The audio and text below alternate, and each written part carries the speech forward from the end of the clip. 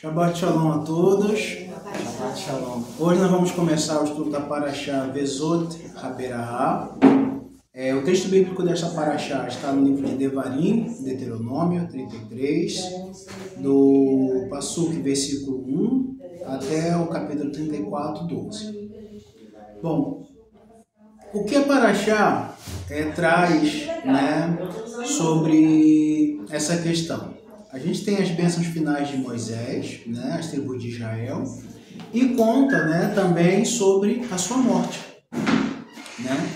A gente vai falar aqui sobre um pequeno resumo, alguns temas principais dos quais nós vamos tratar hoje. E um ponto que eu queria trazer aqui com vocês é que eu modifiquei um pouco a questão do estudo,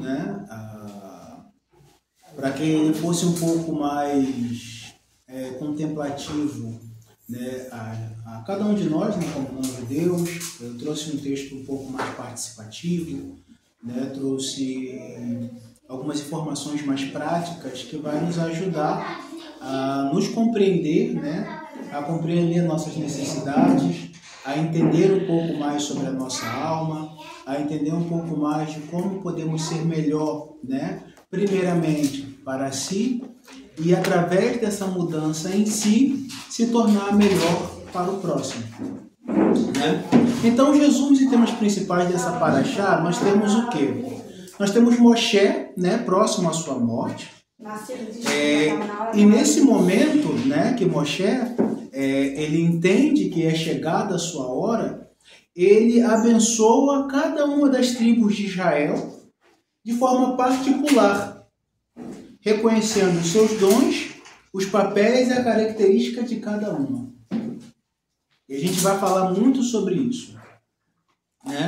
Como seres individuais, nós temos os nossos dons e nós temos também as nossas características.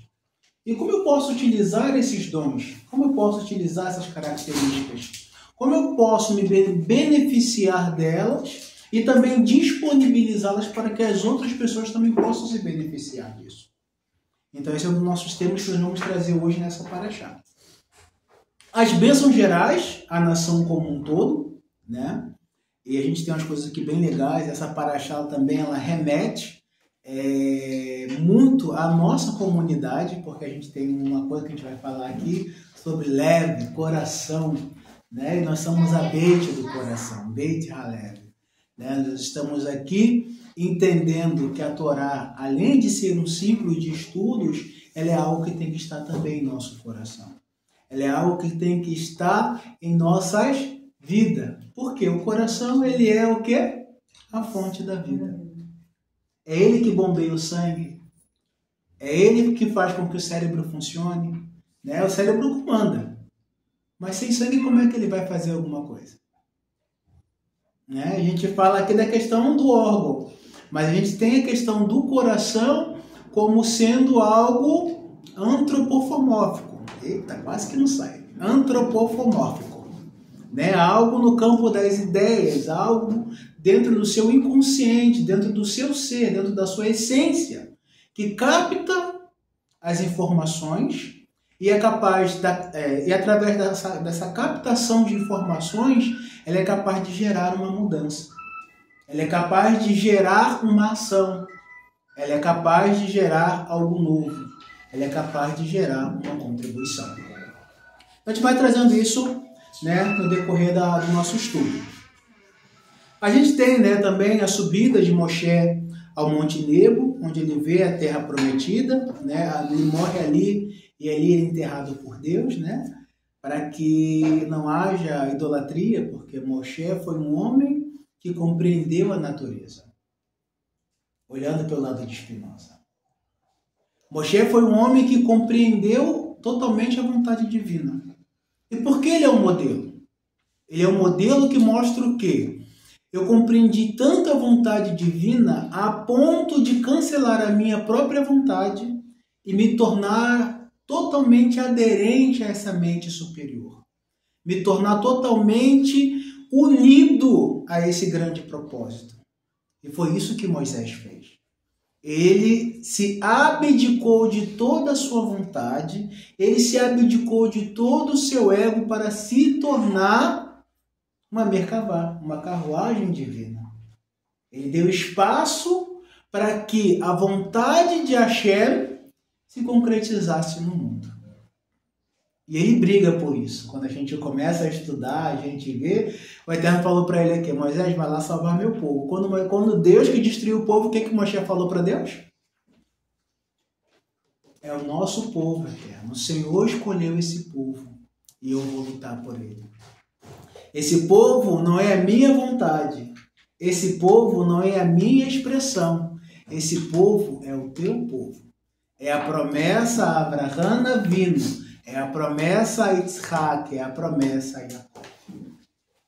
Mas isso também traz... Pode falar, Samanta. Desculpa, rapidinho. Você conseguiu colocar no grupo que eu estou sem celular? Para ligar para o seu? Isso traz o quê? Olha que é algo importante. Às vezes, nós passamos por dificuldades. Às vezes, temos problemas que para a gente parecem ser inalcançáveis. Às vezes temos defeitos que para a gente parecem ser insuperáveis. Às vezes temos dificuldades que para a gente parecem ser insuportáveis, que é como se você precisasse dizer, não, precisa destruir, precisa acabar. Mas o Eterno diz para você, não, você precisa vencer. Você precisa se abraçar, você precisa se entender. Você precisa se conectar com você. Porque a partir do momento que você se conecta com você se conecta comigo. E foi isso que Moshe fez. Ele se conectou com a essência de sua alma. Isso é muito profundo. Isso é de uma grandeza que nos traz o pensamento de que não somos seres simplesmente que esperamos de Deus algo, mas somos seres que a partir do momento de uma conexão com essa mente superior alcançamos proezas em nossas próprias vidas. O autoconhecimento é imprescindível, né? Sim.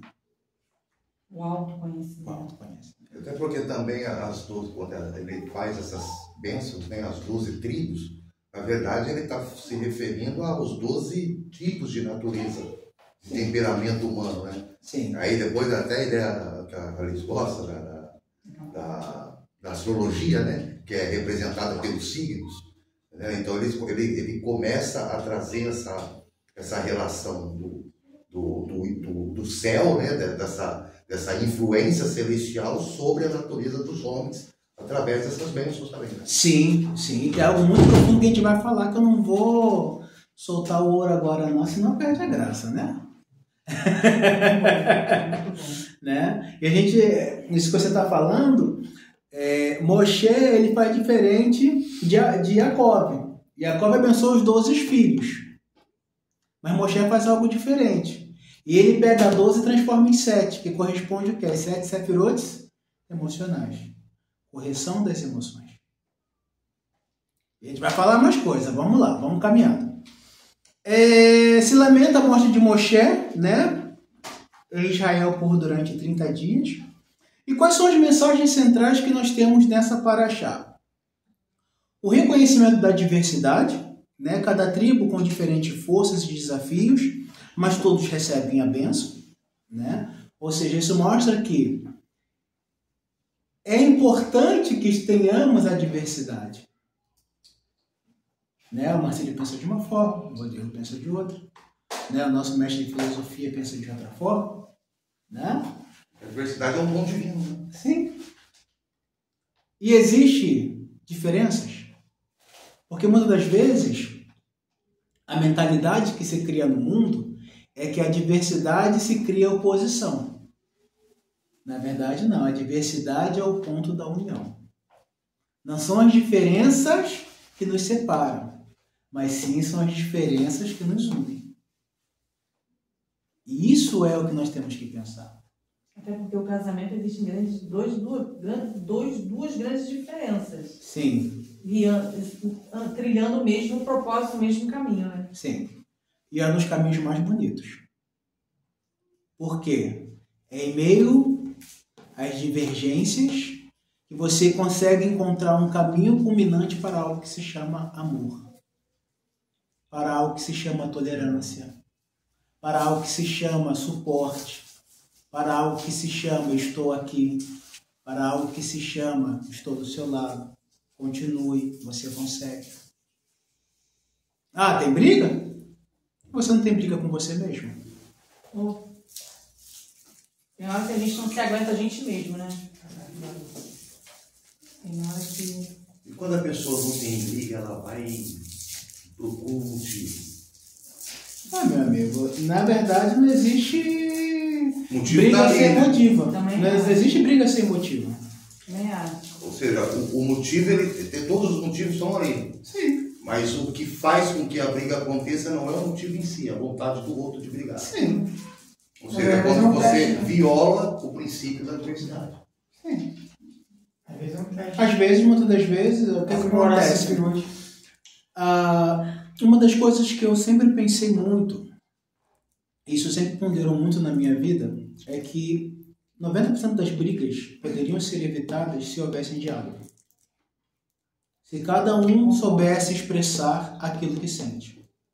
Muitas brigas, muitas das vezes são originadas por falta de um pequeno diálogo. De você dizer, olha, isso me incomoda. Quando você fala isso, eu me sinto assim, assim, assado. E você sabe também uma coisa, além, concordo com você em parte, né? Que além da importância do diálogo, cada um do ser humano ter uma certa empatia. E tipo assim, ali chega pra mim e fala assim, poxa, Samanta, um exemplo. Eu me sinto incomodada quando você fala isso comigo, quando você age assim comigo. E é tipo assim, eu teria que ter uma empatia para entender, porque só assim eu vou conseguir, a gente vai conseguir ter um diálogo bacana de ida e de volta, de eu entender o que ela está falando para mim. E sentir a dor do que ela está falando para mim. Aí eu vou conseguir corrigir isso. Mas se eu não tiver essa empatia e eu não conseguir bloquear minha mente completamente do que ela está me falando, eu não conseguir alcançar ela. E aí a gente vai estar naquele looping. Por quê? Naquele círculo. Porque ela fala, eu não estou afim de entender, não estou afim de entender. Aí vem o padrão de novo, aí você continua fazendo a mesma coisa. A vida vai trazer sempre aquilo para você quebrar o padrão, para mudar de situação, mas você fica naquele loop, naquele círculo. Isso, né? Os sábios trazem muito essa questão. Mas, voltando à questão do diálogo, porque muitas das vezes, quando eu falo que o diálogo ele resolve praticamente 90% dos problemas, mas é o diálogo verdadeiro. É você sentar e abrir, olha só. Vamos pegar um caso hipotético. Eu discuti com o Marcílio porque ele me olhou de uma forma que eu não achei legal. Eu não gostei.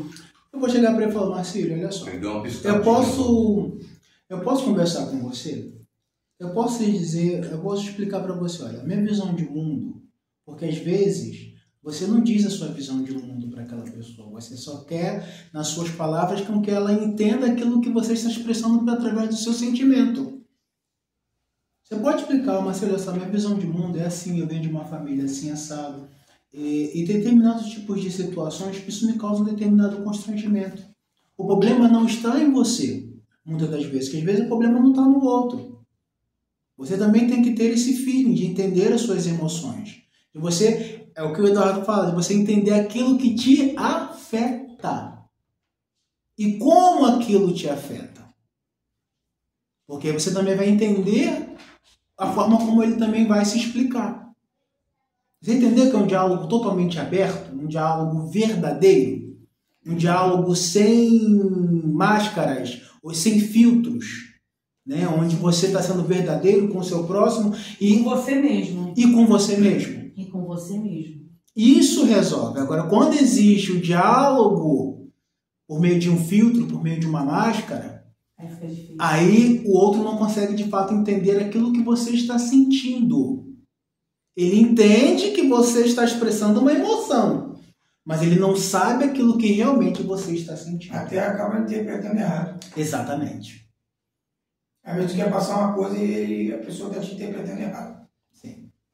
Então você não é verdadeiro. Às vezes a pessoa pensa que a outra pessoa não é verdadeira, mas na verdade, o que você está falando aí, se tiver um diálogo aberto e verdadeiro, a pessoa ela vai entender, né? Porque a pessoa realmente, não é só questão de sentimento, é o que ela pensa mesmo. A forma como ela foi instruída e educada. Porque assim, nós somos fruto do meio em que vivemos. Cada um nasceu de um contexto familiar diferente. Cada um recebeu um tipo de educação. Educação diferente. Isso influencia muito. Sim. Até no próprio meio judaico. Influencia muito. A Torá é uma, mas a forma como cada um interpreta. Então, assim, às vezes a gente precisa, de fato, quebrar as máscaras. De fato, precisa, porque para você quebrar a máscara, você precisa descer o seu ego. Ah, isso aí é muito difícil. O ser humano não gosta, não quer, não tem interesse. Vocês estão entendendo a profundidade do que nós estamos tratando aqui? Perfeitamente. Então, assim, quando eu disse para vocês, eu estava tentando trazer algo mais prático, algo que pudesse não somente trazer um conhecimento intelectual, mas um conhecimento que venha mudar algo dentro de você, venha mudar algo dentro de mim. Porque é só isso que vai nos melhorar. Eu posso chegar aqui e falar coisas belas, coisas lindas, coisas altamente intelectuais, mas aquilo só vai trazer para você um conhecimento. Aquilo não vai trazer, exatamente, aquilo não vai trazer uma perspectiva de mudança, uma perspectiva de transformação. E a Torá, o principal fundamento dela é a transformação. É que você entenda a natureza, entenda as leis, entenda o que existe pelo mundo e que você se acople a ele. Isso se chama equivalência de forma. Você se conecte com essa grande luz, você se conecte com esse ser superior que move todas as coisas, o Criador. Bendito seja. Amém. Eu vou dizer, o que acontece? Essa Amanda, ela tocou uma questão muito interessante mesmo. Interessante e muito importante. Por quê? Na questão, por exemplo, o Eterno, ele nos formou, né, antes mesmo da gente ser carne, ele já formou esse turbilhões de emoções que a gente tem dentro da gente. No caso, na alma, na rua. Então, o que acontece? Então, ninguém é diferente de ninguém na essência. Ninguém é diferente de ninguém. A pessoa fala, eu sou diferente, não é. Na essência, todos nós somos iguais. Então, ela levantou uma questão muito interessante e importante. Olhar para o outro, entender o que ela tá querendo, a pessoa está querendo passar, com empatia. Porque se você olhar, está conversando com a pessoa está querendo se expressar, você não olhar com o olhar ou com um pensamento de empatia, você nunca vai entender. Por exemplo, no cristianismo mesmo ele fala assim, em todos os mandamentos Deus reduziu, assim, engloba todos, né? Amar a Deus sobre todas as coisas e ao teu próximo como a ti mesmo. E no sistema eles falam muito isso. Então o que acontece? Só que quando você vai entender isso aí, tu fala assim, poxa, dentro dessas duas coisas estão os 613 mandamentos. Por quê? Quem ama a Deus sobre todas as coisas, ela vai fazer o quê? Ela vai se esforçar em cumprir os mandamentos na vida dela. 613. E quem ama o teu próximo como a ti mesmo, peraí, vou amar o meu próximo como a mim mesmo, então vou ter que ter o quê? Vou ter que me esforçar e descer do trono do ego para entender o que o próximo precisa ou sente também, porque é parecido comigo. Então isso se engloba dentro desses que o sistema fala, né? Amar Deus sobre todas as coisas e teu próximo como a ti mesmo. Vai englobar todos os 613 mandamentos. A gente, trazendo no contexto, né, nosso, né, nós temos apenas 7 leis. Os 613 mandamentos é para os judeus. Né?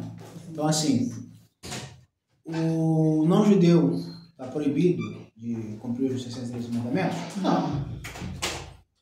É louvável. Mas é arranjar um problema. Né? É você arranjar um problema, porque a partir do momento que você adota um costume que não é teu, você tem que fazer dentro da ótica do retentor daquele costume. Sim, mas isso que você está levantando é que eu exatamente ia falar. Só que se é louvável, ele realmente ama tanto isso que ele opta pela conversão. Não, veja bem, porque assim, às vezes ele se torna um gueto-chave, ele vai lá e se converte. Aí entrou naquela questão, tipo tipo assim, da pessoa também entender a expressão. Uhum. Às vezes a pessoa expressa de um jeito e a pessoa entende de outro. Eu estou falando porque dentro da essência do ser humano está contido os 613 mandamentos. Não estou falando que a gente, eu vou cumprir ali na risca. Se a gente for analisar nem mesmo os próprios naturais, os judeus naturais mesmo, os ortodoxos, eles cumprem, porque não existe tempo, não tem tempo ainda. É o terceiro tempo, não tem. Então, na ótica, na realidade, não cumpre. Estou falando uma questão de observância. Porque assim, observância. Quando a gente realmente para olhar a humanidade, né, retirando-se o contexto judaico, todo ser humano tem as leis naturais, as leis universais. Né? Porque você vê que isso se propaga pelo próprio mundo. Às vezes você pega tribos indígenas que não tem conhecimento já tem o mandamento nenhum, de não matar, sim, não roubar, sim, sem ninguém dizer. É a essência. Sim, entendeu? Mas é isso que eu estou querendo passar, entendeu? Então, assim, às vezes, eu entendi plenamente o que você falou. Não estou retrucando, rebatendo, não. Somente trazendo a ótica para que a questão realmente fique clara. Não fique assim, uma informação lançada, sabe? O que você está trazendo é perfeitamente pertinente, correto? Os 613 mandamentos também são, dentro da ótica da Kabbalah, a estrutura do próprio corpo humano.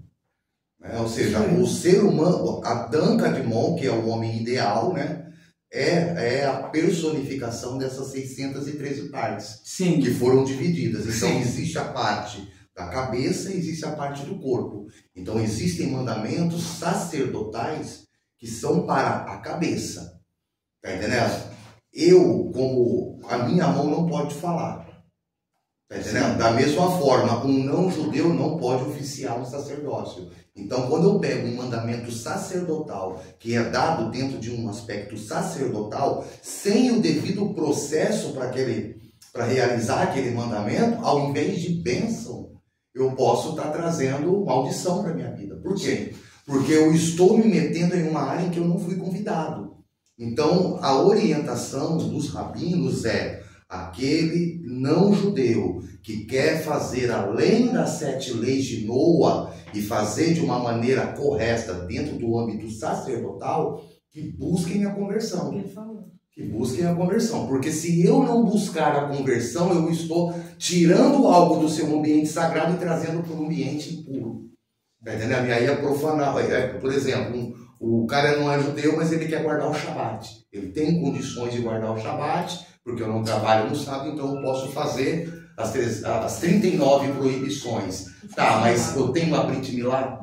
Não. Se eu não tenho a Brit Milá, então eu não posso guardar esse mandamento que depende de um ambiente preparado para receber aquela luz. Sim. E aí eu sem a Brit Milá, eu vou lá e guardo um Shabat, eu vou receber a luz do Shabat. Mas o meu corpo e a minha estrutura tem condições de receber aquele CRI, ele é selado para isso? Não. E aí aquilo que era para ser bênção acaba trazendo um efeito contrário. Mas eu até sabia disso tudo que aconteceu. Por isso que ele criou a ideia de nação sacerdotal e nações da terra. Até porque a gente vai falar aqui, eu quero até correr um pouquinho, porque senão a gente não vai conseguir entrar no estudo mais aprofundado, a gente já está saindo da parte do que é Bezos e Raberahá, mas só para a gente fechar esse lá, o que o Rodrigo trouxe, a pertinência do assunto que ele trouxe, nem mesmo dentro do próprio Israel, quem não é da tribo de Levi não pode fazer um trabalho sacerdotal. Então, assim, é algo que a gente começa a ver, de fato, dessa quebra de Adão Kadmon. Fora de Israel também já é uma série de mandamentos que eu não posso fazer. E aí a gente vai seguindo. Então, voltando aqui, vamos falar sobre o comentário de Irache, né, que é um dos grandes comentaristas sobre essa paraxá, e a gente vai começar a entrar em umas coisas que são bem legais, né?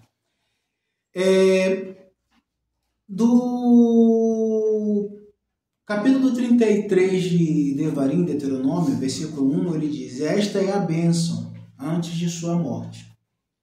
Né? O que Irache comenta? Que Moisés ele estava próximo de sua morte, se não agora, quando? ele escolhe abençoar agora em vez de esperar. Isso traz o quê? O que te lembra disso? Moisés estava perto de morrer. Ele tinha que abençoar. Ele poderia ter abençoado naquele exato momento, ou ele poderia ainda aguardar um pouquinho mais quando estivesse já quase fechando seus olhos, ir lá e abençoar o povo. O que isso pode, o que isso traz para a gente? O que isso acarreta, né, no nosso pensamento?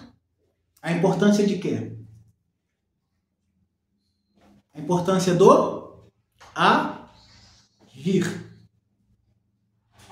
A importância de agir em tempo, de não postergar o que é essencial. Reconhecer prazos e fazer o que é notável para deixar de legado.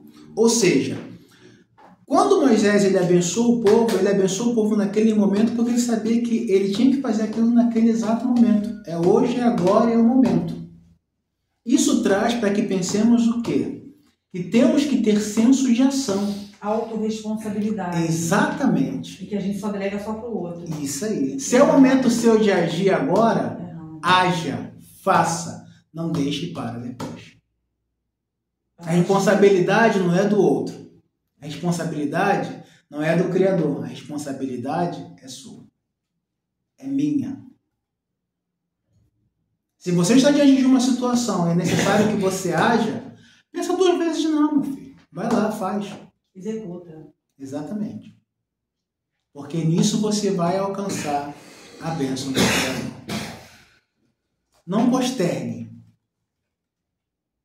Não dê vazão aos pensamentos na sua cabeça que diz, mas deixa para depois, amanhã, não, daqui a 20 minutinhos eu consigo fazer, não. Amanhã pode não chegar, né? Exatamente. O amanhã pode não chegar. Eu vou precisar dar um abraço no meu filho. Dê um abraço no seu filho. Beija ele. Eu tenho que dar um beijo na minha esposa. Beija agora. Não deixa para daqui a 5 minutos, não. Se você sentiu um desejo no coração, hoje eu vou fazer algo para abençoar, beijo. Vai lá, abençoe. Hoje eu recebi uma coisa que eu vou abençoar meu patrão. Vai lá, faz. Não posterga. Rashi traz isso para a gente. A importância do agir. Temos que nos tornar seres ativos. Seres em que estamos sempre prontos a agir, independente da causa, da situação, do momento onde estejamos. Se é para agir, faça. A segunda coisa que ele traz, em Deuteronômio 3, 2, 3, Rashi vê nesse versículo uma combinação de louvor a Deus, mas o mérito de Israel para receber bênçãos. Ele destaca que Moisés começa com louvor e com mérito do povo, para que ele favoreça o povo. Então a gente vê o quê? A bênção como uma influência divina. E isso daqui a pouco, quando a gente falar um pouquinho sobre a gematria, eu queria que vocês já começassem a olhar um pouco para o Vav e pensar um pouquinho sobre ele. O que o Vav ele representa? Como o Vav está conectado a Berahá, a bênção. A gente vai falar um pouquinho dele já já. Rashi também traz, em 33, Deuteronômio 33, do 8 a 11, sobre a bênção de Levi. Levi foi provado, testado em Massá e em Merivá. E ele diz sobre Urim e Tumim, falando diretamente da presença divina. Levi aceitou tarefas difíceis sem juntar aos murmúrios. Então a gente vê que a tribo de Levi, em várias vezes, toma ações para proteger o nome divino. Agora eu me esqueci o nome do sacerdote que furou, transpassou com a lança. Pinhas. É o tempo de Levi. Defendeu o nome divino, ele agiu. Às vezes, quando você olha para a tribo de Levi, uma tribo sacerdotal, o que isso traz para a nossa vida? Que prova, desafio, é a parte do crescimento espiritual. Se você está passando por uma dificuldade, baroche. Isso faz parte do seu crescimento. É sinal de que a gente tem que ultrapassar isso aí. A gente precisa agir para que essa realidade ela venha a ser mudada, esse padrão venha a ser quebrado. Exatamente. Senão a gente fica naquele loop que eu trago de novo. Vai ficar naquele loop, a vida está trazendo de novo para você, olha, existe, a vida fala, né, com a gente, ó, tem esse problema aqui, Samantha. Vou trazer de novo a mesma coisa para você acordar. E na terceira vez, pelo menos, você tem que quebrar esse padrão. A planta só cresce quando ela faz o quê? Quando ela rompe as cascas. Quando ela entende que ela precisa sair daquele invólucro onde ela está e precisa subir para gerar vida. Isso é profundo. Morrer para nascer.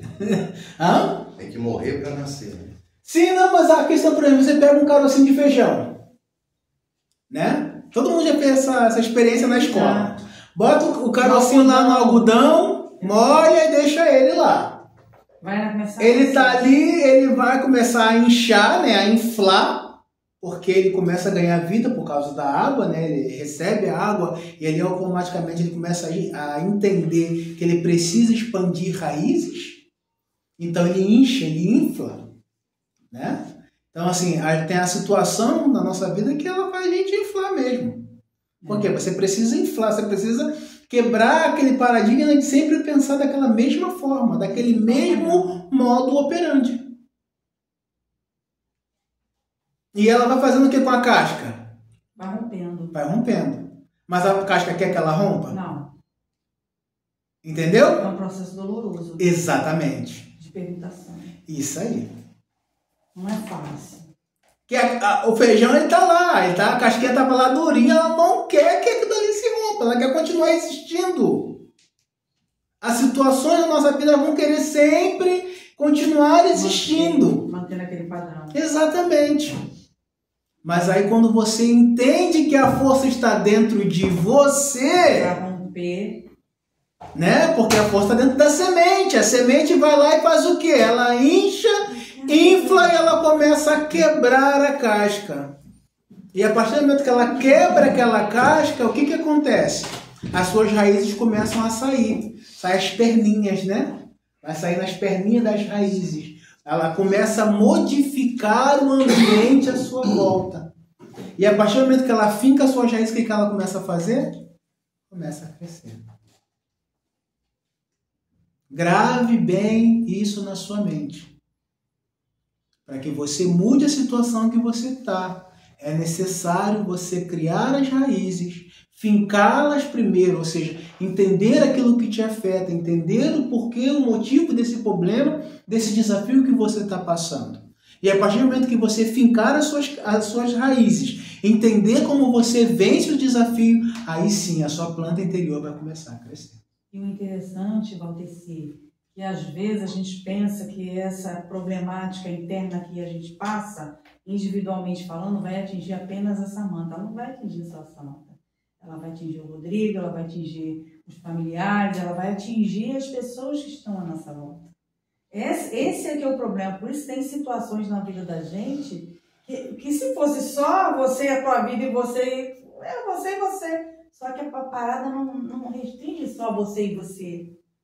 Tem toda uma complexidade que está à sua volta, que muitas vezes a Chama permite para que você mude aquilo, para que você supere aquilo, que você mude aquela situação, quebre aquele padrão, para que você vai ser completamente outra pessoa depois que você conseguir transformar isso aí, essa problemática. E isso interfere em muitas pessoas que estão ao seu redor.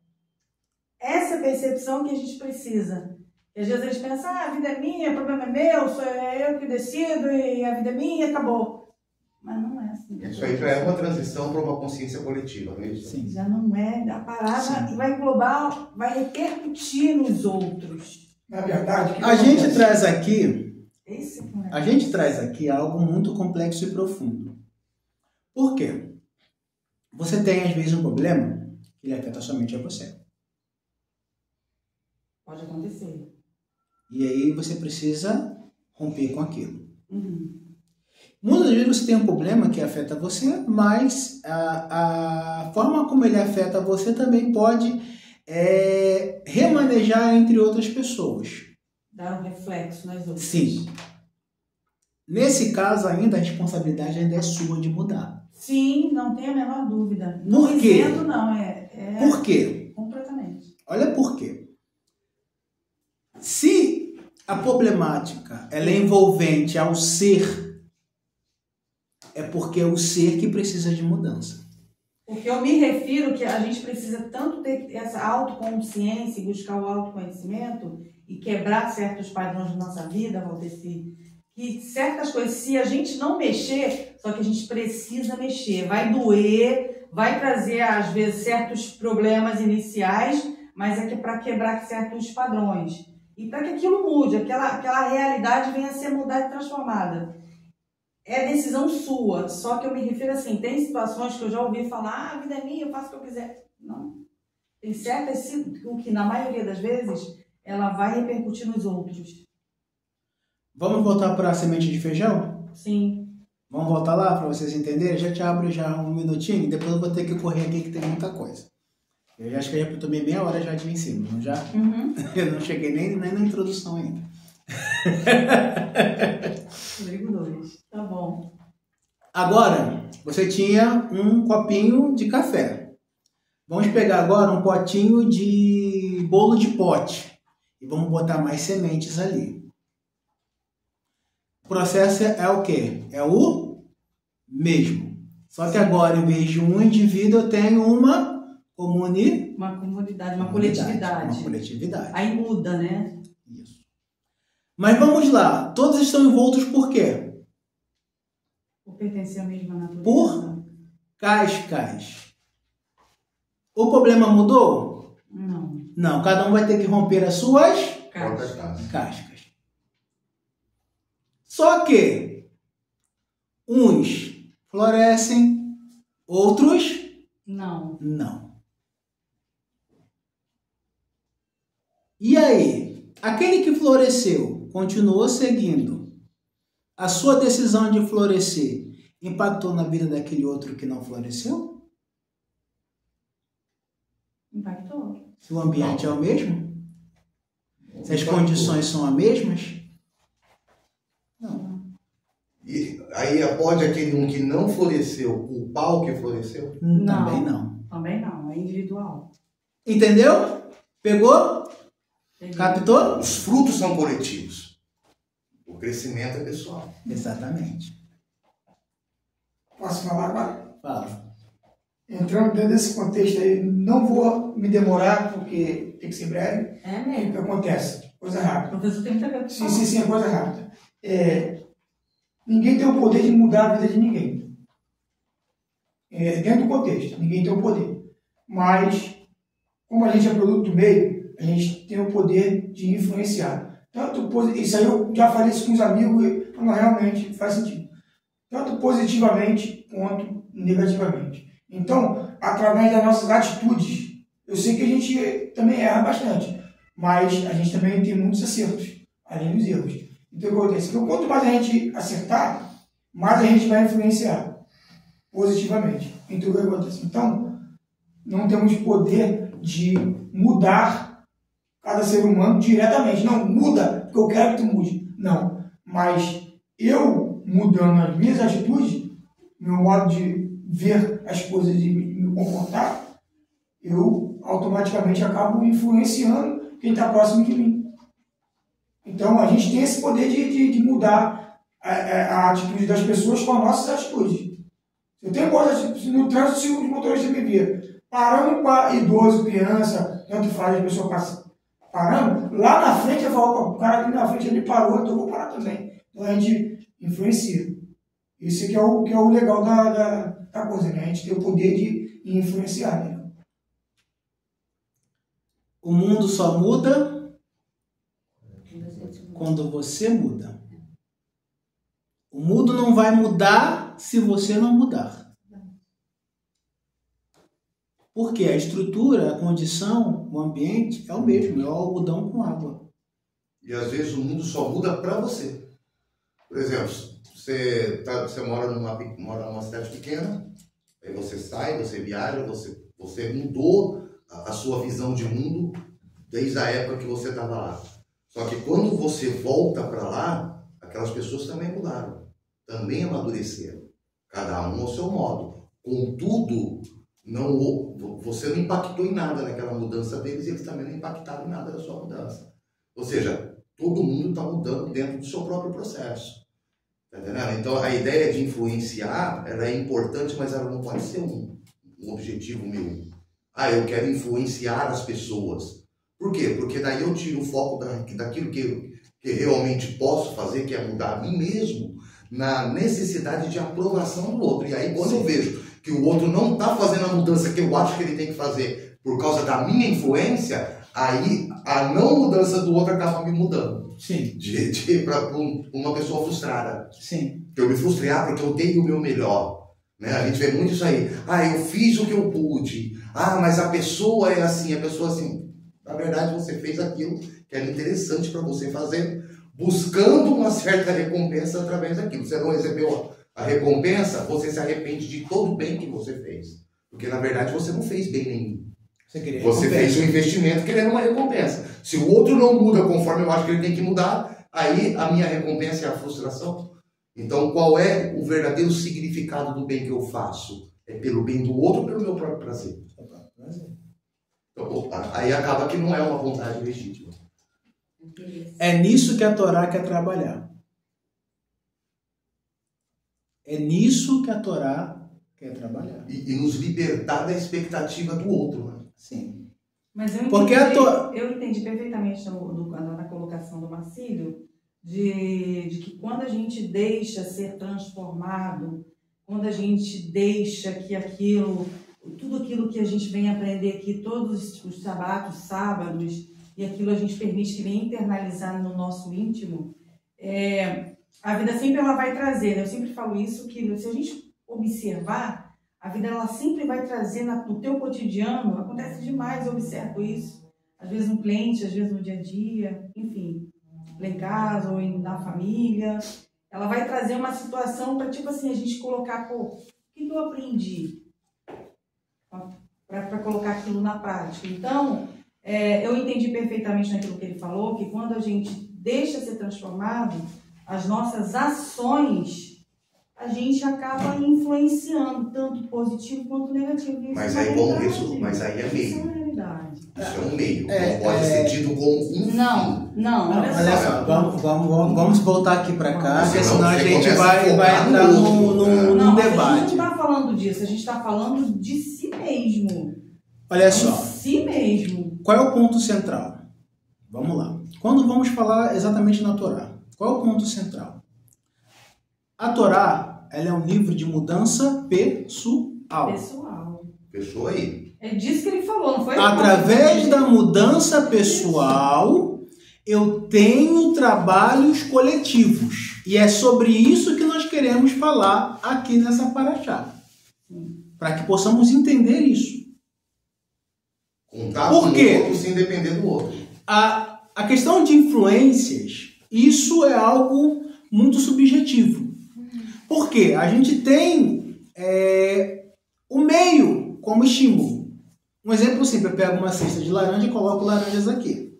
Se uma laranja apodrecer, ela vai apodrecer todas as outras. É a mesma influência, o poder da influência. Sim. Tomate, a mesma coisa, batata, a mesma coisa. Agora, tem alimentos que se conservam. A batata doce. Ela se machuca, ela cria uma casquinha ali e ela preserva o seu conteúdo interno. E é um dos tubérculos que mais demoram para estragar. Então, assim, para todo exemplo, sempre existe um contra-exemplo. Para tentar fundamentar uma determinada teoria. E a ideia também da maçã podre estragar o cesto de maçã, ela é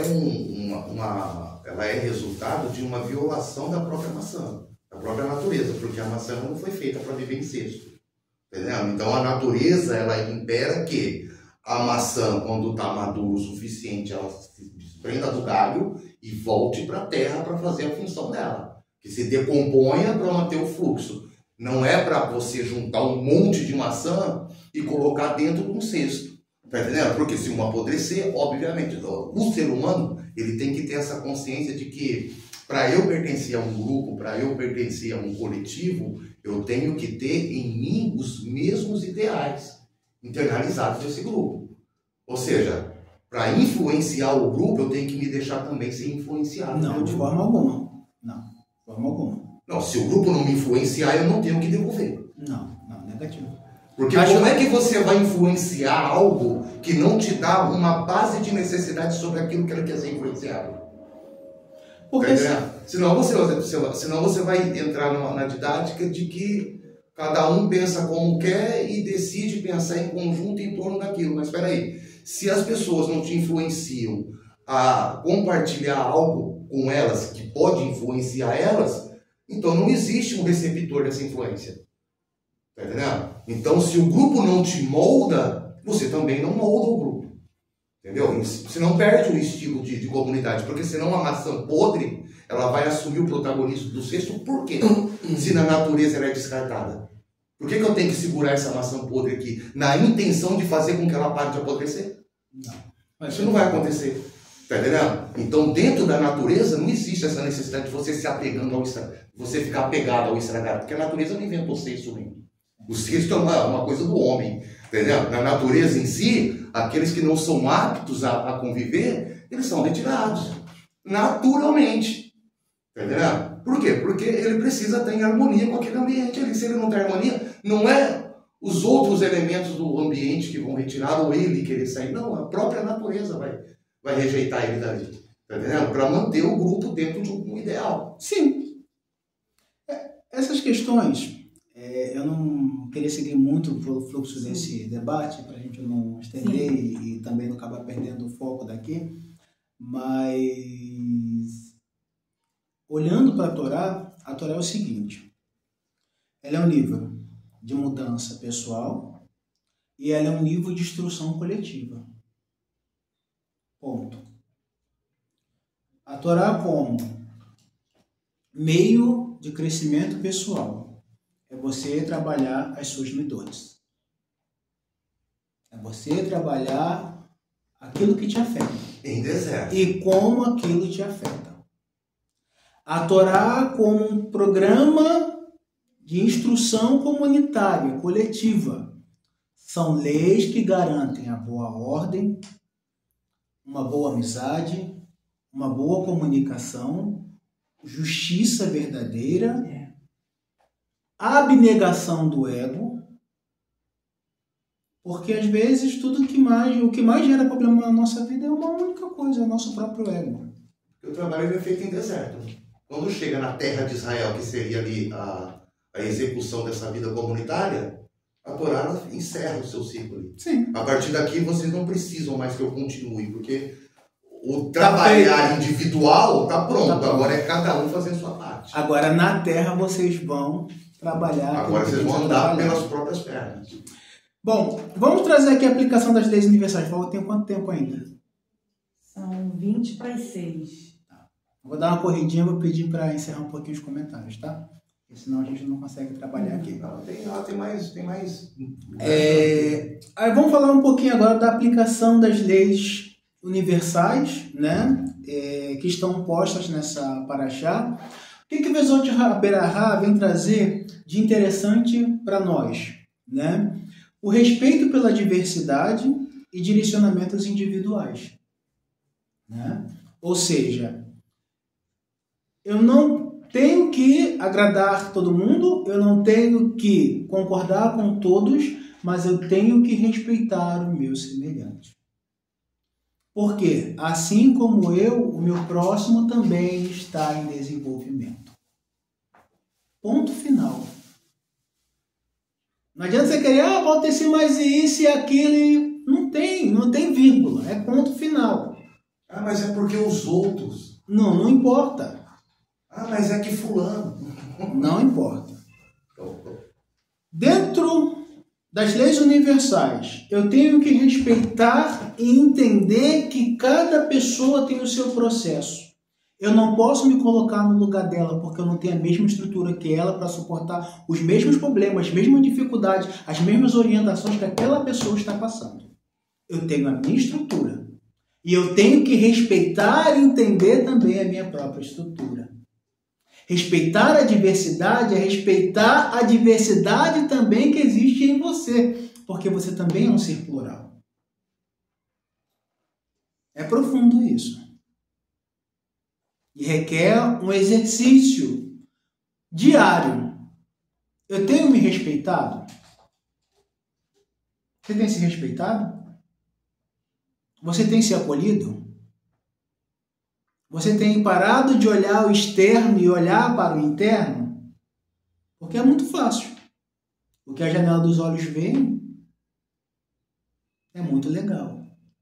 Mas quando eu fecho a janela dos meus olhos e eu olho para dentro de mim, e eu busco caminhar cada caminho interno meu, eu vou entender o quê? Que eu preciso melhorar. Eu preciso me preocupar comigo. Porque muitas das vezes nos perdemos em querer tanto melhorar o semelhante que nos perdemos da nossa própria essência. Nos perdemos da nossa própria verdade. E a sua verdade, em vez de ser você, passa a ser o outro. E quando você faz isso, infelizmente você não germina. Infelizmente as suas raízes, elas não saem para fora. Então, para a raiz sair para fora, o que eu tenho que fazer? Pegar o gato morto, dar a coça sem massagem no ego, olhar para dentro, entender aquilo que me afeta, aquilo que dói em mim, como aquilo dói, e o eterno junto com o meu pensamento, com a minha vontade de mudança. Vamos curar, vamos melhorar. E a partir daí, você começará a ver grandes mudanças em suas vidas. E quiçá, além da sua vida, você verá na do outro também, porque não é eu e você que fazemos nada, é o eterno. Às vezes uma única oração, uma única tefilá, às vezes um estender de mão, às vezes uma mudança num pensamento egoísta pode fazer coisas inimagináveis. Mas isso não é por eu fazer por o agradar. É porque eu faço porque eu estou retificado. É diferente. Eu faço porque, assim como Moshe, eu acoplei, eu criei, eu adentrei a equivalência de forma. Sem isso não há mudança. Enquanto eu não me acoplo ao eterno, eu simplesmente sou um ser humano guiado pelas minhas emoções, pelo meu ego, pelos meus desejos, pelas minhas vontades. E enquanto você é levado por isso, o que você alcança? Dor e sofrimento. Mas o que a Torá tem para nós? Bênção. Vave. Conexão de baixo para cima e fluxo de cima para baixo. Mas aí, dentro do que a gente estuda, pela vida dos sábios, inclusive dos profetas, o sofrimento pela ótica da Torá, ele não é resultado justamente dessa elevação de consciência, já que é o sofrimento que se causa quando se rompe as cascas. Não tem como você ter felicidade no mundo ao mesmo tempo ser realizado espiritualmente, porque são consciências distintas. Então, quando a gente fala de dor e sofrimento como algo que resulta da ruptura com o Criador, e a gente olha para a vida dos sábios, a gente entende que, na verdade, o sofrimento é justamente esse elo. Receber o sofrimento visando o resultado daquilo para um sentido maior. Ou seja, eu estou sofrendo, mas o fruto do meu sofrimento vai saciar a todos ao meu redor. Ou seja, é o sofrimento necessário para mim, para que o povo possa, para que aqueles que vêm depois de mim possam comer dos meus frutos. Né? Porque quando a gente vende a ideia de se conectar ao eterno para ser feliz e realizado e receber todos os meus objetivos, de como eu posso ao mesmo tempo lidar com a ideia de que eu preciso servir ao Criador sem nenhum interesse terreno. Tá, vamos lá. Vou só dar uma retificada. Quando eu falo dessa dor e sofrimento, eu digo da dor e sofrimento do acaso. Ou seja, criar as expectativas que são feitas por mim. Não a dor e o sofrimento que é causada pelo processo. E quando você olha exatamente para a semente, ela está passando pelo processo. Então ela precisa mesmo, ela vai doer porque tá rompendo cascas. Isso gera o sofrimento, que é o que os sábios trazem. Sim.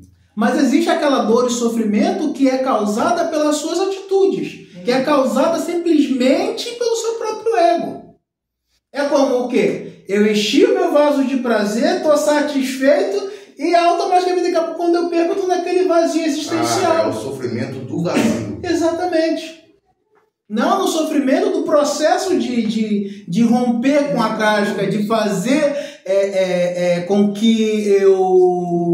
Não é o sofrimento de crescer, mas exatamente. E vai continuar no looping de novo. Sim. Continuar no looping. É essa dor e sofrimento que muitas das vezes... Vai continuar. Ela não é ruim. Até ruim. Tá? Ela não é ruim. Tá? Essa dor e sofrimento do ego, ela não é ruim. Porque ela vai fazer com que você pense e reflita sobre as suas atitudes. É onde muitas pessoas mudam e mudam para muito melhor. Sim. Frustração do ego. Sim, a frustração do ego. A dor fugiu a palavra agora. Do processo, ela é uma dor que é benéfica. A dor do ego não, é a dor de você lutar contra o seu próprio vazio existencial. É como você gritar diante de um abismo.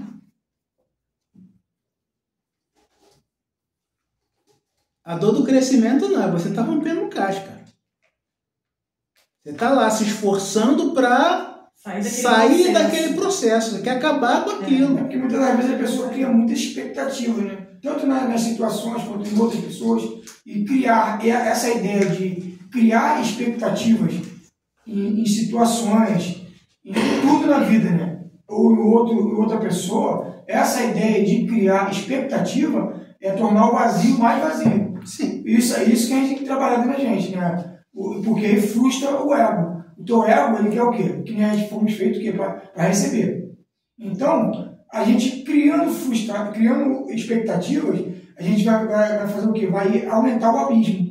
Então a gente tem que trabalhar isso, fechar isso aí, não fechar totalmente, mas trabalhar isso aí para que a gente, em vez de a gente fazer o buraco ficar maior, ir tapando ele aos pouquinhos. Exatamente. Esse é o trabalho. Trabalhar na frustração do ego. Sim. Por quê? Só para fechar e finalizar. A dor do processo, ela vai te causar felicidade. A dor do ego, ela vai te causar tristeza. Por quê? A dor do processo, você sabe que está passando por aquilo dali, mas existe um propósito culminante para aquilo. A dor do ego não, você está lutando por algo que nem propósito existe. Toda a diferença está em ter um propósito. O sofrimento ele vai abater qualquer um de qualquer forma. Exatamente. O propósito te mantém agarrado ali. Baba Sali. Quando você olha para Baba Sali, o que Baba Sali tinha? Nada. Era um homem extremamente humilde, dormia num tapetinho. Nem livro ele escreveu, né? Nem livro. Nem livro ele E escreveu. você chegava para um homem daquele e dizia que estava feliz. Para uma mentalidade de um capitalista, que felicidade é essa? Que alegria é essa? O que esse homem tem para oferecer? Não é normal. Felicidade no Ocidente ela é um conceito distorcido. Né? Exatamente. Então agora vocês entenderam? Ficou claro o porquê da dor e do sofrimento? Sim. Prossigamos, senão não termino. Valorizar o legado e liderar pelo exemplo. Moisés não apenas lidera, mas deixa ensinamentos, bênçãos, expectativas para o futuro. Para qualquer líder ou pessoa de influência, a lição de servir com humildade e com visão. Moshe ele sabia que o trabalho dele não era terminar com ele. E isso é uma visão ocidental que nós temos muito agarrada. O trabalho só existe se eu estiver ali. O trabalho só está feliz se eu estiver lá. Se não for eu... Desapega OLX. .com.br. Exatamente. Porque Moisés mostra claramente o seu trabalho só continua, a sua luta, os seus desejos, os seus projetos só continua se houver um sucessor. Se você fizer um trabalho de bênção, abençoado, para deixar um legado prosseguir. Porque se terminar em você, termina o seu legado.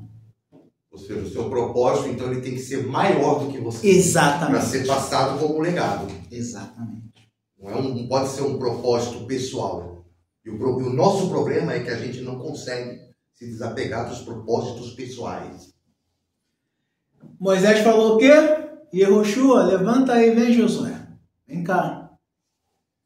Eu aprendi com o Eterno, eu vou te ensinar e você vai prosseguir. E assim nós temos que ensinar a nossa vida. Ensinar para um filho, ensinar para um amigo. Liderar é ser exemplo.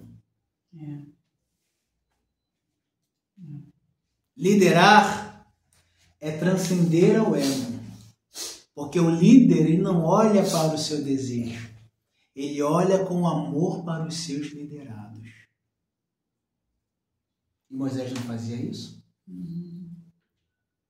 Ele foi tão forte nisso que ele falou, olha, me tira no livro da vida, Eterno. Mas salva os seus liderados. Salva esse povo aqui, porque eu não entendo, mas lá na frente eles vão dar frutos. Lá na frente eles vão cumprir a promessa feita a Abraão, Isaac e Jacó. E você, se você quer ser um bom líder, coloque na sua mente, no seu coração, a perspectiva, a meta não é você, são os seus liderados. É o legado que você deixa para aquela instituição, para aquelas pessoas, para aquela família, para Beit, para onde você estiver. Ou seja, o líder, ele é a luz no mundo. E que assim possamos ser essa luz. Cada um de nós. Sigamos. Reconhecimento da mortalidade. Tempos certos para agir. Tocamos aqui num ponto que já foi falado hoje, mas é a finitude.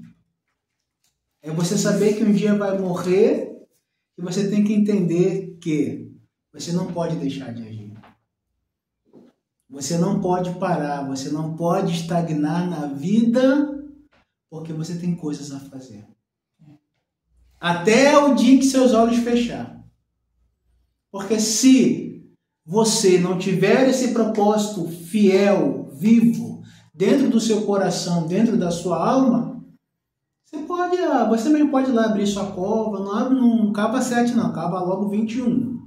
Entendeu? 21 metros de profundidade. Aí você mesmo vai jogando terra devagarinho, entendeu? É isso. Porque você não está mais vivo, se você não vive com propósito. Se você acha que você não presta, se você acha que não tem jeito, que você tem que ficar parado, estagnado, é só você jogando terra por cima, não tem problema algum. Está muito vivo. Exatamente. É o que os sábios ensinam.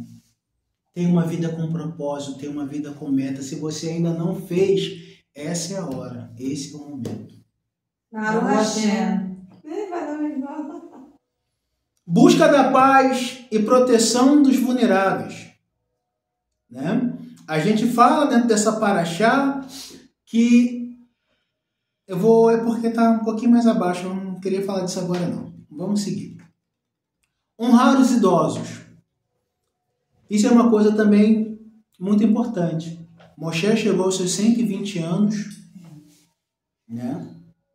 Ele chegou com um rostinho de 16 anos de idade, com a força e com a jovialidade, né, de quem nunca se deixou desfalecer.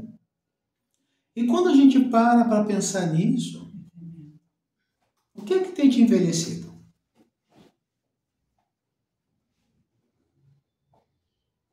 O que é que tem roubado a sua juventude, a sua jovialidade, a sua força de vencer, a sua força de ser melhor?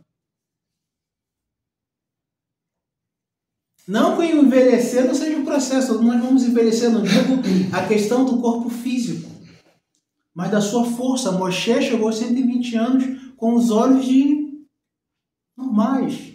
Era um homem que pensava confiantemente, era um homem que tinha resignado os seus pensamentos, tinha corrigido todos os seus caminhos. Chegou à vontade perfeita do Criador. O homem começa a envelhecer quando para de aprender. Né? Exatamente. Não somente quando deixa de aprender, né? Quando também deixa de praticar. Porque o aprendizado sem prática não é nada. Mas não existe prática sem aprendizado. Né? Se o aprendizado não for a base, a prática é só uma ideia. Sem saber como... Existe a prática burra. Mas aí a prática burra, ela não gera o resultado de sabedoria. Gera. Não de sabedoria, mas ele gera resultado no mundo. Ah, sim. Mas aí mantém o mundo como está. Né? Aí não traz o conserto.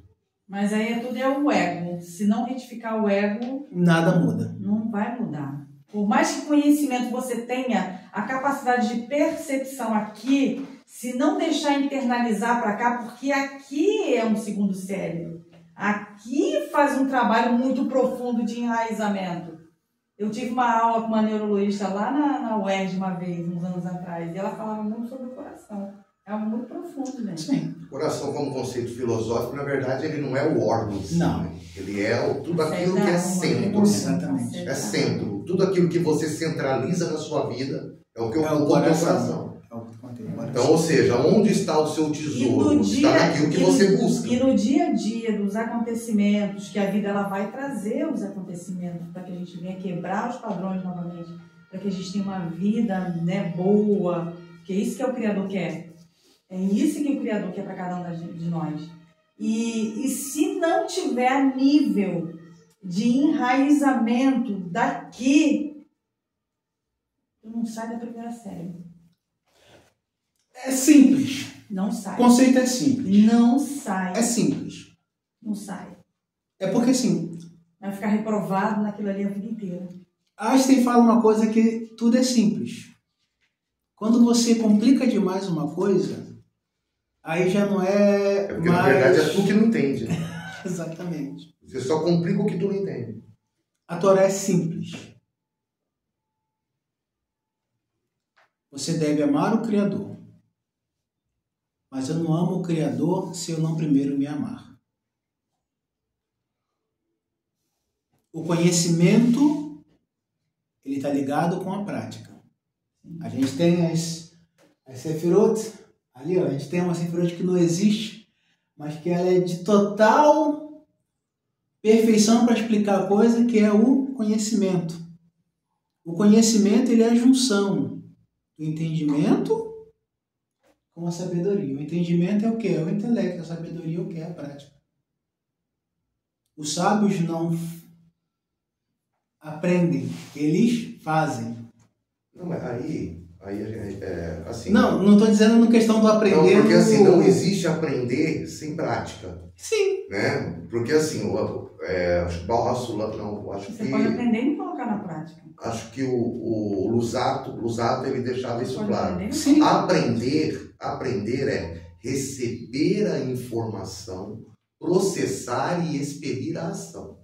Né? Então, ou seja, primeiro eu recebo a informação, eu compreendo e então eu pratico. E a partir do momento em que aquilo é praticado, significa então que o aprendizado foi completo. Sim. Tá entendendo? Então, quando se fala em aprender dentro da ótica da Torá, não está falando do que a gente está fazendo aqui. Isso aqui é só o primeiro passo de um aprendizado. O que nós estamos fazendo é retendo a informação. A forma como você vai processar isso internamente, a forma como você vai aplicar, é que vai dizer se você aprendeu ou não. Sim. Eu posso ficar 40 anos aqui ouvindo e não aprender nada. Sim. E como de fato é o que mais comum acontece. Porque a gente pode aprender um monte de coisa aqui maravilhosa. Só que daí na hora que chega lá fora e a vida cobra, tá entendendo? E a gente fala de tzedakah, a gente fala disso, daquilo, mas na hora que tá lá fora, que você vai parar no ponto de ônibus e para uma criança ou para um mendigo, e você retém, então você não aprendeu o que é tzedakah.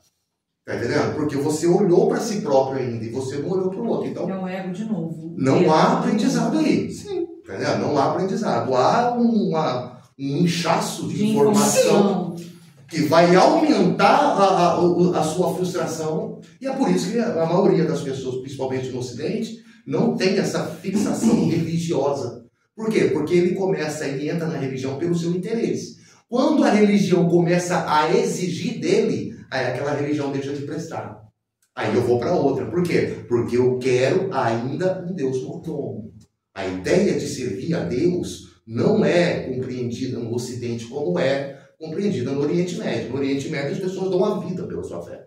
Aqui não. Aqui qualquer Deus que aparecer, ele tem que ser um objeto de satisfação. E não eu me tornar um objeto de satisfação dele. Por isso que existem povos milenares que estão ali se sustentando diante da sua fé e seus valores durante séculos, e existem povos que mal conseguem alcançar a maturidade existencial, porque não conseguem se conectar com algo maior.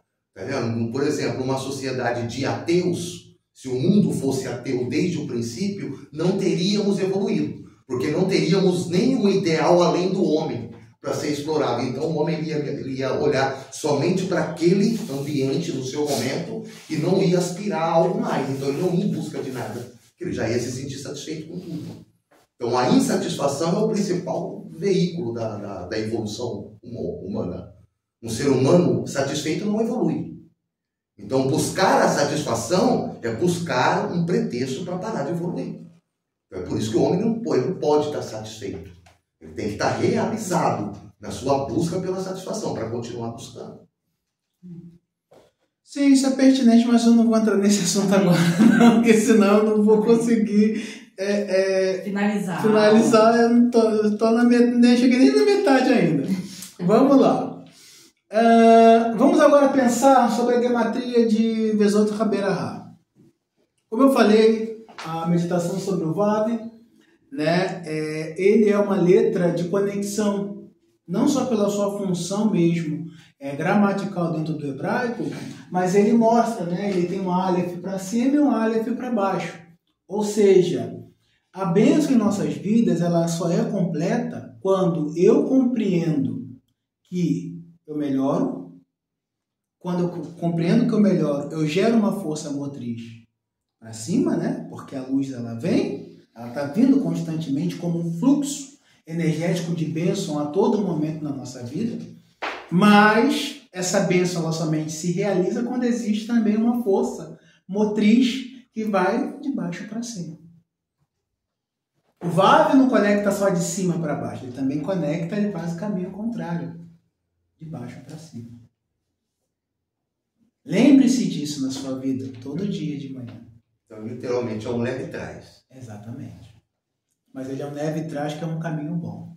Não é Alashon Hará que... Depende do que você manda levar. Depende do que você manda para o universo.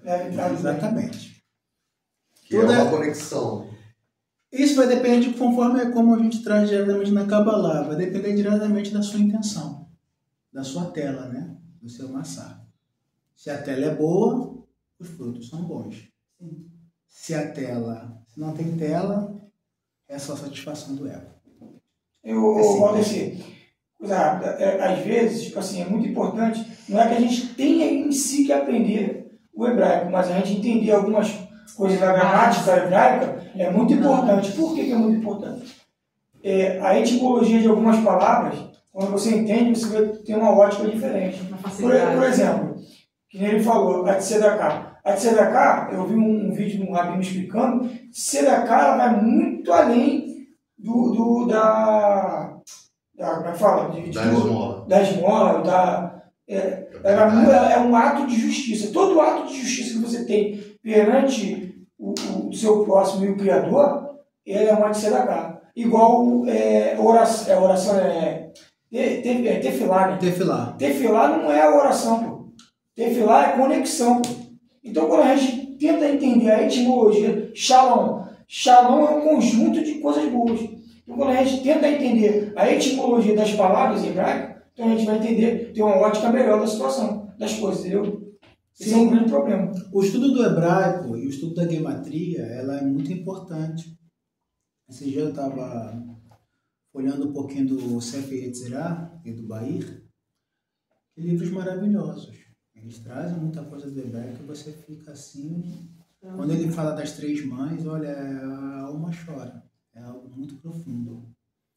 Então, você buscar entender o hebraico, né, como nós somos uma comunidade que temos, né, como principal pilar o judaísmo, é mais do que necessário a gente ter esse anseio por dominar o hebraico, por entender a linguagem, por entender como ela funciona, porque isso traz uma percepção espiritual, é pessoal, não tem como descrever para você. Isso daí é uma questão que você tem que buscar. É um idioma universal, né? Sim. Então vamos lá. Bezot Raberahá, e esta é a bênção. A numerologia da 646 total, né? Somando dá 16 e o dígito comum é 7. A gente vai falar sobre ele daqui a pouco. Dentro da palavra Bezot Raberahá, nós temos a palavra Berahá, que quer dizer bênção, né? Que uma tradução, né, de um sentido seria uma transferência de bem, né? Ou seja, nós entendemos a bênção como a transferência de algo que é bom, né? Só que muitas vezes essa questão de bem e mal é algo muito incisivo, porque nós nos acostumamos a uma mentalidade ocidental de bem e mal, né? Que bem é só aquilo que eu acho que é agradável para mim, né? E mal é tudo aquilo que é uma oposição àquilo que me agrada. A gente é acostumado a não gostar de remédio. Exatamente. Mas só que a gente lembra o quê? Ganzu Letová. Isso é para o bem. Tudo bem para o bem.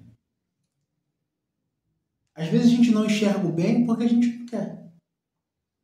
Porque a gente deixa o nosso ego operar. E aí que é igual aquela criança, né? Tirou a chupeta, eu vou bater o pé, eu vou me jogar no chão, eu vou espernear. Isso é apenas o seu ego.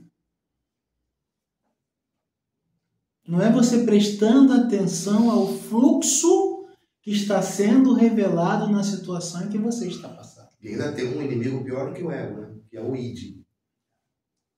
O id é o que mantém o ego, porque o ego, na verdade, ele precisa existir. Sim. O id é o que mantém o ego ainda na maturidade, né? Na imaturidade. Sim. Aí já está querendo estar em Freud. Não, é porque o ego é um conceito de Freud também. Sim. Não vamos entrar em Freud agora não, Diego. Não aprofunda agora não. Vamos falar do seu ego no seu estado mais generalista possível. E na Kabbalah não tem essa ideia de ego em si, né? O que tem é a Yetzer Hará e a Yetzer Hatov. Sim. Aí depois que Freud ele vem e identifica o ego como esse mediador entre o id e o superego, né? Entre o id, que é a parte mais animalesca, né? Com o superego, que é aquela parte mais divina. Então o ego ele passou a ser entendido como mediador. Então, em vez de me relacionar com a minha natureza animal, com o meu id, que é primitivo, e de me relacionar com o meu com o meu superego, que é algo que ainda eu não compreendo, então deixa eu criar esse conceito de mediação aqui. Que é esse ser que vive entre a natureza animal e a natureza divina. Com esse ser eu consigo me dominar. Ou seja, domar o ego não significa aniquilar o ego. Significa fazer com que ele saia do seu estado de id e alcance o seu estado divino. Então não existe uma inimizade contra o ego. O que tem que existir é um amor pelo ego. Você precisa amar o teu ego ao ponto de entender que ele precisa sofrer para poder crescer. Então você implica esse sofrimento a ele, mas no sentido de fazer crescer, como um pai cuidando de um filho. Você não queria que você passasse por isso, mas se você não passar, você não chega ao ponto que tem que chegar. Mas é exatamente isso. É o que a gente falou praticamente que desde o início, que é o quê? Eu não posso dizer que eu amo a Deus, que eu amo o meu próximo, se eu não amar a mim mesmo. Se eu não entender, né, vamos falar uma linguagem um pouquinho mais tradicional, se eu não entender os meus demônios e aprender a domesticá-los. Você tem que matar o demônio? Não, você tem que domesticar ele. Por quê? A partir do momento que ele é domesticado, ele faz a sua vontade. Porque senão ele te leva, ele te conduz. Ele é o teu Senhor. E aí esse que é o problema. É você tomar rédea. Quem manda nessa parada sou eu. Porque demônio é outro conceito filosófico também. Sim, claro. É a tua própria natureza. Demônio não existe, não. Demônio não existe, nós mesmo. É tudo a gente, garoto. Para. A questão trazendo aqui não é... Exatamente, a gente tem que aprender a entender. A própria psicologia, ela traz um pouco disso, porque assim, nós somos totalmente voltados aos nossos desejos desde que nascemos. Por quê? Você, quando é criança, um bebezinho, ele chora. Para quê? Para que o desejo dele seja satisfeito. Vontade de receber. Exatamente. E às vezes a gente não para refletir e pensar sobre essas condições. O intuito da nossa aula aqui é exatamente trazer essa reflexão. É a gente maturar essas informações dentro da gente, de forma que isso não seja algo apenas intelectual, mas algo ativo. Algo que passa de ser apenas uma detenção de conhecimento e se torne algo prático na nossa vida. Passar a olhar para o que te desagrada como um desafio a ser superado. Sim. Não adianta você vai dizer, não adianta você olhar, eu tenho esse problema aqui, né? Vou fazer 7 correntes de oração, vou pisar, vou amassar. Estou sabendo que ele falou mal de mim. Vou tratar ele como se fosse o meu pior inimigo. Em vez de você estar fazendo com que a situação se resolva, você está piorando. Um escrutínio, né? Exatamente. Eu posso resolver isso. Eu vou dizer, Por quê e pra quê? Tem uma frase assim que a gente vê nos carros, né? Atrás de alguns carros, gentileza gera gentileza, exatamente. Então, se você chegar com uma mão cheia de pedra pro teu próximo, ele automaticamente vai encher a mão de pedra também. Mas se você chega com flores, ele vai chegar vou falar, caraca, eu vou com ignorância. E o cara vindo com a maior calma, tranquilidade, então, mata... Eu brinquei no trabalho, o seguinte, tô chateado pra caramba. Hoje você não vai deixar o professor dar aula. Pode continuar. Parece que o que eu tenho a dizer não é relevante. Não cabe tempo. É só questão do tempo, mas não consegue ser rapidinho, mas não se vai pro tipudinho. Eu falei, tô chateado pra caramba, que eu tô sabendo que estão falando mal de mim aí. Realmente estão mesmo. Mas lá no trabalho? Né? Aí perguntar, pô, mas isso aí é normal, cara. Não, o pior, cara, é que estão certo. Ele gosta de contrariar, ele gosta. O pior é que estão certo. Entendeu? Porque falar mal de mim, isso não me abala. Agora, falar o mal que é verdade, aí já incomoda, porque me convoca para uma ação. E essa é a dificuldade. Não é saber que os outros têm uma impressão a você. É saber que a má impressão que você causa, ao invés de você ficar tentando se justificar, reconhecer aquilo como um alerta para melhorar. Só que como vem do outro, então não serve. Só serve o que vem de mim para lá. Isso é interessante. Voltando para a questão que a gente estava tratando aqui, se você se trata com perversidade, com grande juízo, como é que você quer que o seu próximo olhe para você com bondade? Se você é um tirano com você acha que você vai ser uma pessoa boa com o seu próximo?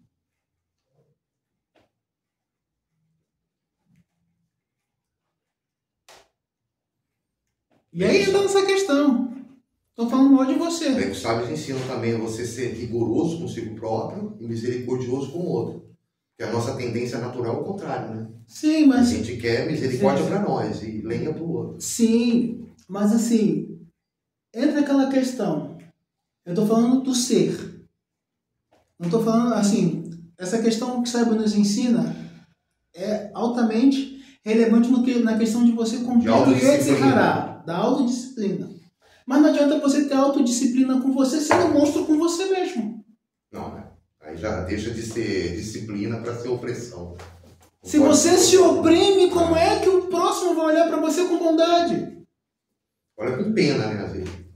Como é que o próprio Criador vai ter bondade e misericórdia de você se você mesmo é um painel de autopunição? Praticamente temos Tal do que exaltar, né? coitadismo, né? Se a pessoa não se amar, ela não vai conseguir amar ninguém. Exatamente. Todo mundo. Não, Luciano. Se a pessoa não conseguir se amar, ela não consegue amar ninguém. Sim. Você tem que olhar pro espelho e dizer assim, pô, aí, Tá você bonitão, é né? bonitão, hein? Tem Ai, que gostei se de sentir você. amado, tem que se sentir amado pelo Criador, né? Não, você tem que se sentir amado por você mesmo. Através do Criador, Olha, você se você tem que olhar para o espelho e falar, você, espelho, é um mentiroso. Porque eu sou bonito sim. O psicólogo fala isso. Por quê? Porque, olha só, quem está dentro de você? Tá me enganando. Quem está dentro de você não é Hakadosh Baruhu? Kadosh Baruhu. Porque só queremos falar de Deus como se Deus estivesse longe da gente, não, Deus está dentro de nós. E dentro do outro. Poderosa. Então a gente é bonitinho, né? Hã? Bonitão, né? Bonitinho. Bonitinho é diminutivo. Né? A autodisciplina, ela só vem quando você se perdoa, porque quando você se perdoa, quando você olha para você com bondade, você começa a entender as suas dificuldades e dizer assim, não, poxa, eu posso melhorar assim, eu posso fazer assado, eu posso mudar com cozido, e assim vai indo, vira uma cozinha completa. o processo vai se abrindo, né? Exatamente. Agora, se você se pune, se você se deu como coitadinha, ah, não, a culpa é de Adão, porque ele ouviu a Eva. Ah, não, porque a culpa é do Eduardo, que ele ensina muita filosofia. Ah, não, a culpa é do Rodrigo, porque ele fala demais. Ah, não, a culpa é do...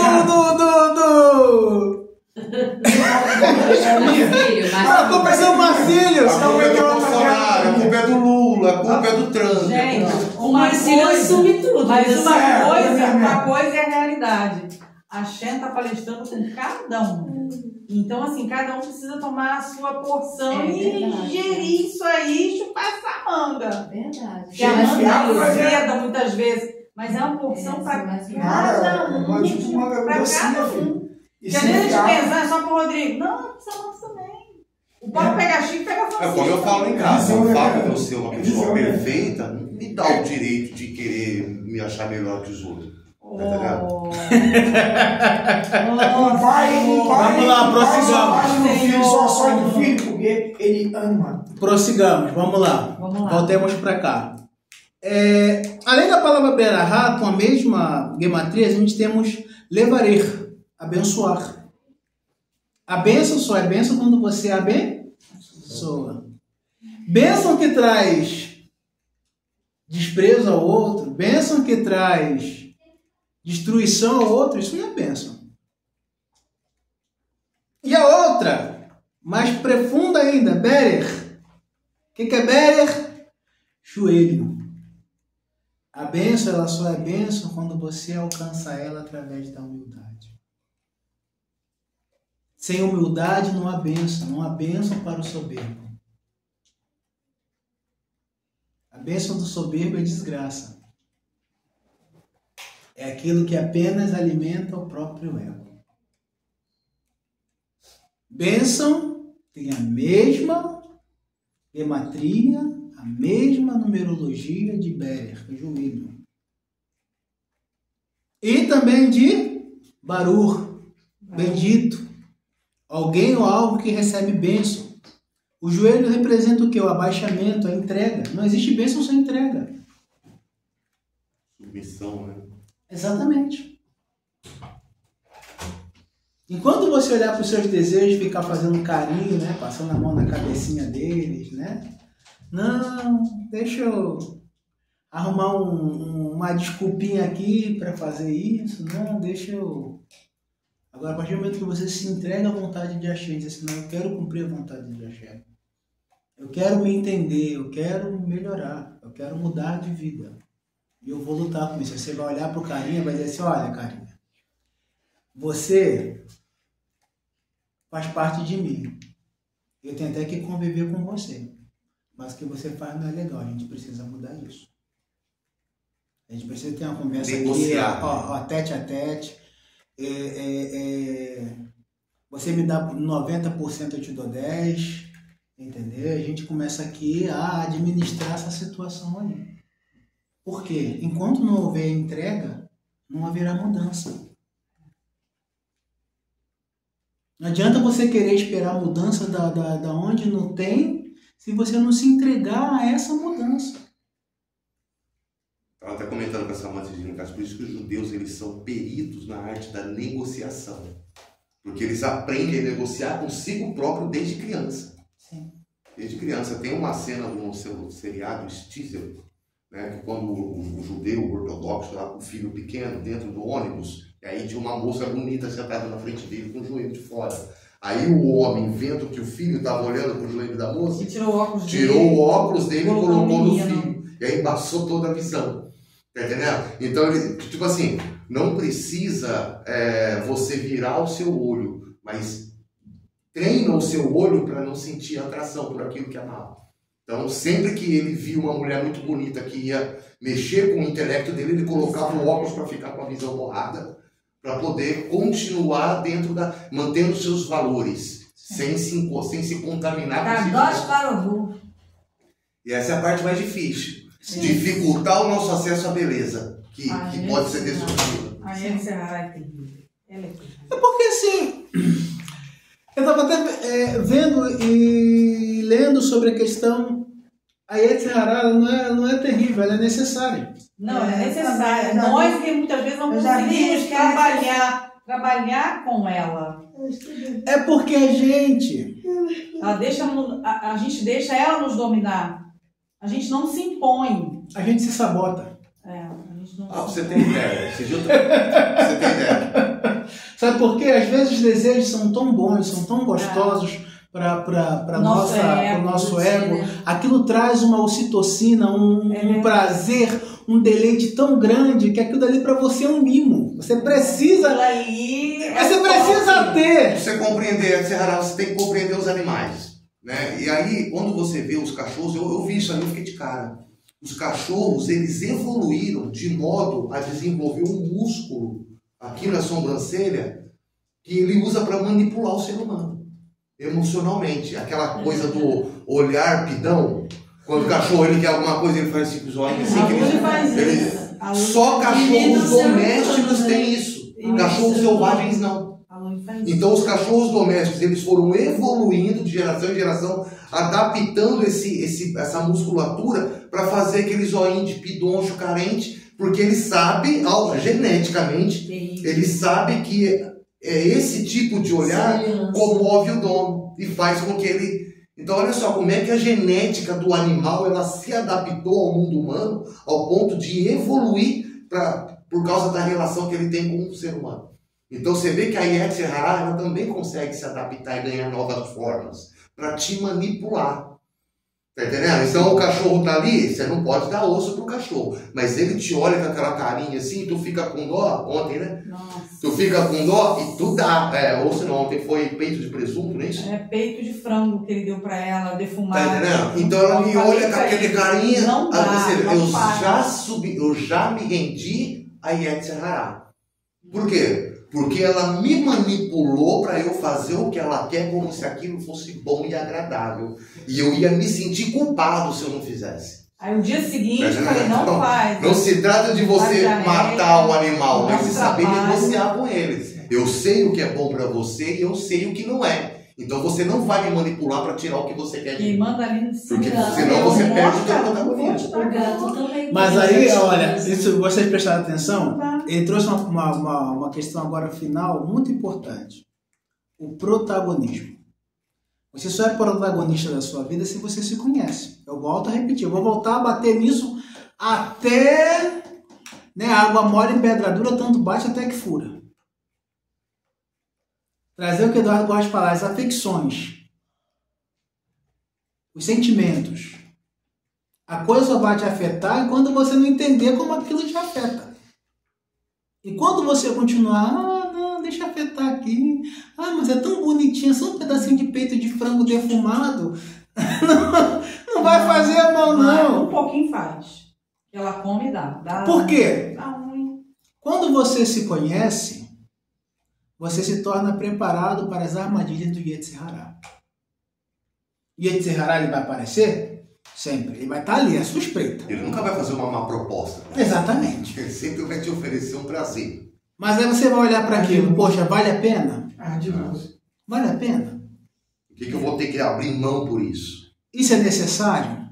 Por quê e para quê? Exatamente. E é onde você tem o quê? O poder de pensar. É onde entra aí o quê? O seu livre-arbítrio. E, Valteci, um minutinho. É assim, eu estou passando por uma dificuldade muito grande mesmo. Eu sempre gostei muito de doce. Sempre fiz muito doce porque eu sempre gostei. Até dos doces que eu faço, enfim, as sobremesas que eu faço. E hoje, assim, tô meio pré, né? Não vou falar o nome, não. E aí, o médico falou, você tá pré. Não tá, mas tá pré. Para, garota. Pra que você fala isso? E aí, eu vejo a dificuldade, parece uma coisa boba, né? Mas a dificuldade de você administrar aquilo que você tanto gosta. Não, pior que quem paga o pago Sim. é os outros. Né? Mas assim, você pode... por exemplo, você pode trabalhar da seguinte forma. Primeiro você precisa aprender a se administrar. Por exemplo, todo mundo esquece de uma frutinha que é excelente e comemos em Rosh Hashanah. Romã. Tâmara. Ela é boa para diabetes? Você só não pode abusar dela. Mas, por exemplo, você vai trocar no seu bolo, você vai botar com tâmara. Umas duas. Isso, porque ela vai trazer o doce. Ela vai... Você precisa... Porque assim...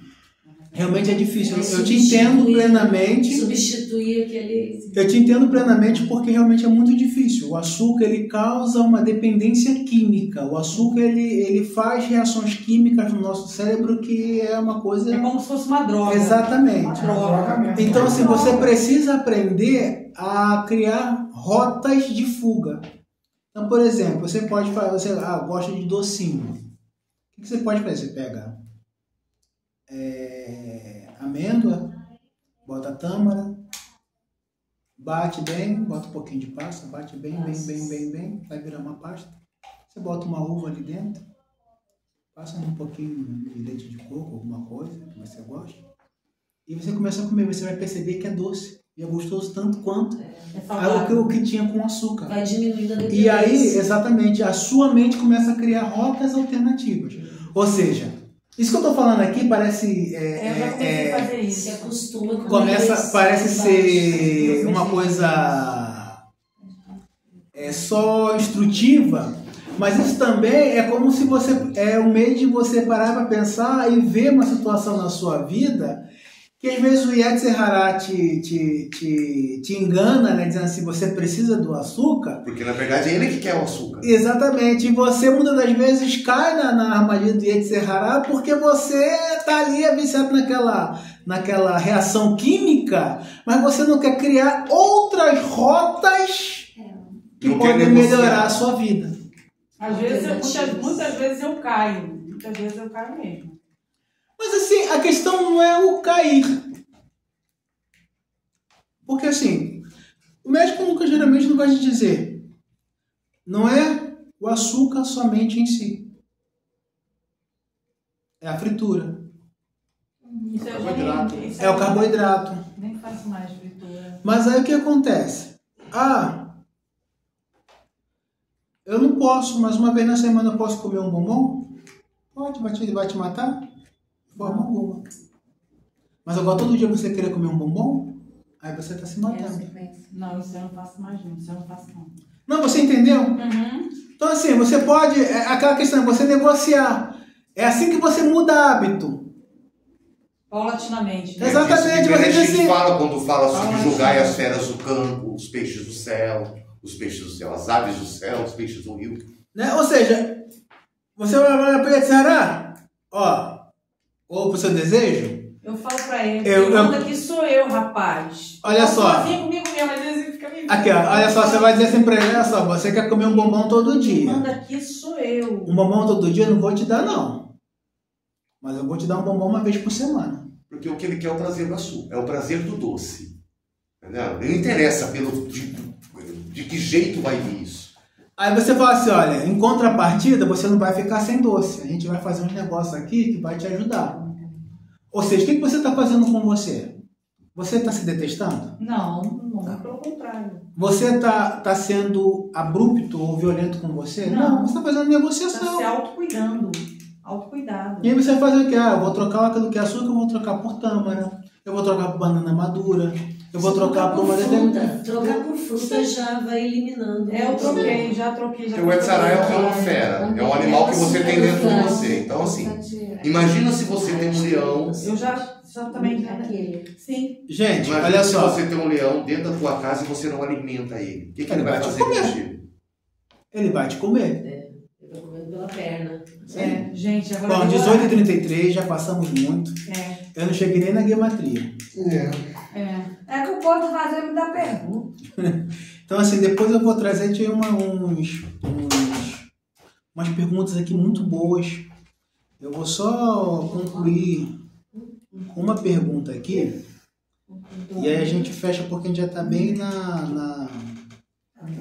no cume do monte. Olha, vocês estão movendo o dedo, né? Onde está as perguntas? Ó, lá para baixo.